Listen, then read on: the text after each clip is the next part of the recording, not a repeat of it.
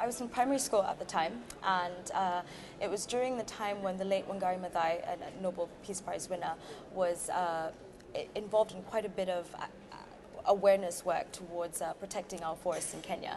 And I just wanted to be more involved. I wanted to do something. I saw her on TV, I saw her getting arrested, and I thought, what can I do to help this woman out, because I think what she's doing is amazing. So I started an environmental club at my school, and what we did was, you know, we did lots of tree planting campaigns. We did a cleanup campaign for the Nairobi River as well. And as a result of that, you know, UNEP has a presence in Nairobi, and they invited us to come to one of their events. And UNEP has an amazing long-term strategy plan for young people. And immediately I was interested, I wanted to be involved, and I started volunteering my time to work with them. And have you found that your enthusiasm, your message generally gets through to young people? I mean, has there been progress in the years that you've been involved in getting young people, getting youth involved in the climate change debate? Absolutely. I think young people are just so much easier and amazing to work with than anyone else, to be honest, because we're a lot more action-oriented. Young people, I mean, UNEP held quite a few youth gatherings and gatherings for children, where young people would come together and present their different projects and work that they were doing in their countries. And then we'd have an opportunity to interact with each other. And then from that point forward, you know, you leave this conference, you leave this event, you go back to your country, you're interacting with someone from a different country, you're organizing visits, we have Skype calls. I mean, we were a lot more action-oriented, and for us, there wasn't the politics, the economics of it. It's something needs to be done, let's do it. And I think as a result of all these activities, one thing that I've learned is that young people do have the solutions. We just need to have that support from the older generation, support that is not necessarily monetary support, but support in terms of bringing us to events like this, engaging us, interacting with us, taking our opinions as serious, and taking our experiences as serious as well. And I think that's a lot more effective. You know, 11 years ago, I was a child. You know, now I'm at this conference, I'm able to participate. You know, I've gone off, I've done a master's, I'm doing my PhD now in the same area. So it's about really engaging us from a young age and allowing us to be a part of the process. Does that enthusiasm, it seems to have stayed with you as you've grown into adulthood, does it generally stay with young people though? I mean, is that a challenge to try and ensure that initial enthusiasm is carried through into later years?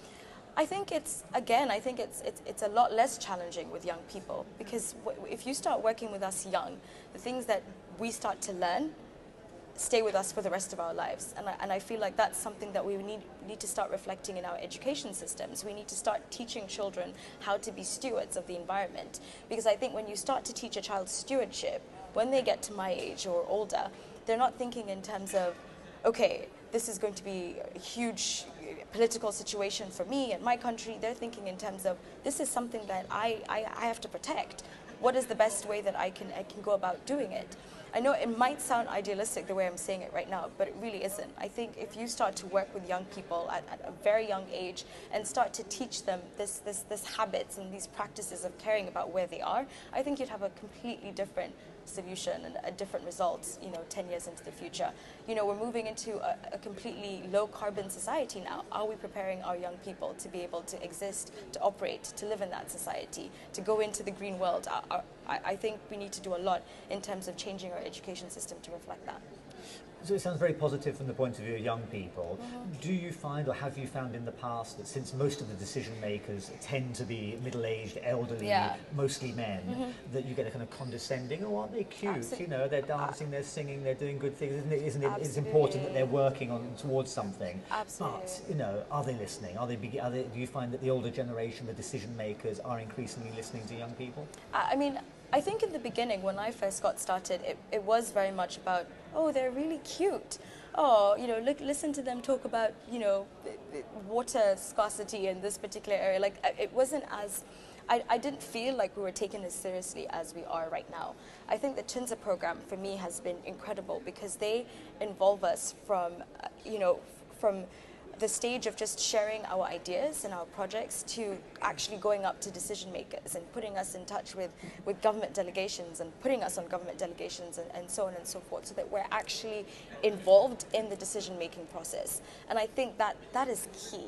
It's one thing for me to sit here and give all my ideas, which is a good thing, but ultimately, am I able to impact the people who can really do something on the ground.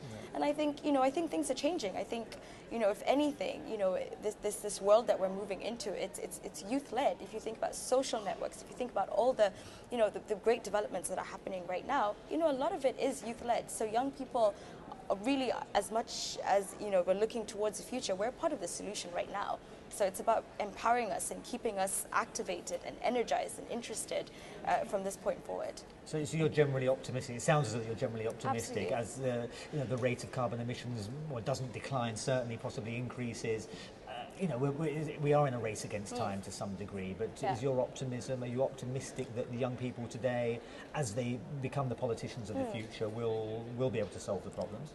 I think there's no other way to be than optimistic. I think that is my message today. Is the only thing that we can do is look forward, and despite whatever is going on right now, we have to look forward. We have to keep whatever solutions that are coming into place right now, we have to keep them going. We have to keep innovating and thinking how we can get ourselves out of where we are right now and moving into the future and creating.